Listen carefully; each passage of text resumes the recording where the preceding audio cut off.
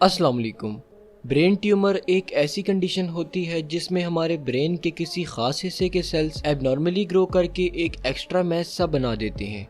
Brain हमारे school के अंदर मौजूद एक कम्प्लेक्स ऑर्गन होता है जो हमारी बॉडी की तमाम वॉलंटरी और इनवॉलंटरी एक्टिविटीज़ को कंट्रोल करता है, मगर बाज़ औक़ात ब्रेन के किसी खास हिस्से के सेल्स एबनॉर्मली ग्रो करके ब्रेन के अंदर एक एक्स्ट्रा मैस बना देते हैं जो अपने आसपास मौजूद टिश्यूज से टकरा के स्कल के अंदर प्रेशर क्रिएट कर देते हैं, जिसके नतीजे में पेशेंट्स में कुछ सिम्टम्स दिखाई देते हैं, जैसा कि सर में शदीद दर्द होना, वॉमिटिंग आना, आई साइट का वीक होना, चीज़ों का डबल नज़र आना, बोलने और सुनने में मसला होना, बॉडी बैलेंस डिस्टर्ब होना, जिस्म का कोई एक हिस्सा सुन्न हो जाना या फिर मिर्गी यानी एपिलेप्सी के दौरे पड़ना वगैरह। ये तमाम सिम्टम्स ब्रेन ट्यूमर के पेशेंट को इनिशियल स्टेज में अपेयर होते हैं। ट्यूमर या कैंसर सेल्स में मौजूद डीएनए में म्यूटेशन की वजह से होता है, जिसकी बहुत सारी कॉसेस हो सकती हैं, जैसा कि बाज़ लोग स्ट्रॉन्ग रेडिएशंस वाले एरिया में काम करते हैं जहां पर एक्स रेस और अल्ट्रावायलेट रेडिएशंस ज़्यादा मिकदार में उनकी बॉडी को हिट कर रही होती हैं,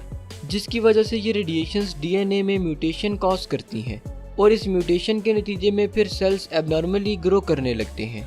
इसके अलावा बाज़ लोगों में किसी जेनेटिकल डिफेक्ट की वजह से भी कैंसर या ट्यूमर होने के चांसेस रहते हैं और ये कंडीशन फैमिली में रन करती है। इसके अलावा कोई वायरल या बैक्टीरियल इन्फेक्शन या फिर कोई स्ट्रॉन्ग केमिकल्स भी ट्यूमर कॉज कर सकते हैं। वैसे तो ब्रेन ट्यूमर मेल्स और फीमेल्स दोनों में होता है, मगर इसकी ज़्यादा रेशो मेल्स में देखी गई है। इसकी बड़ी वजह यह है कि मेल्स ज़्यादातर घर से बाहर निकल कर काम करते हैं जहां पर रेडिएशन और केमिकल एक्सपोजर ज़्यादा होता है।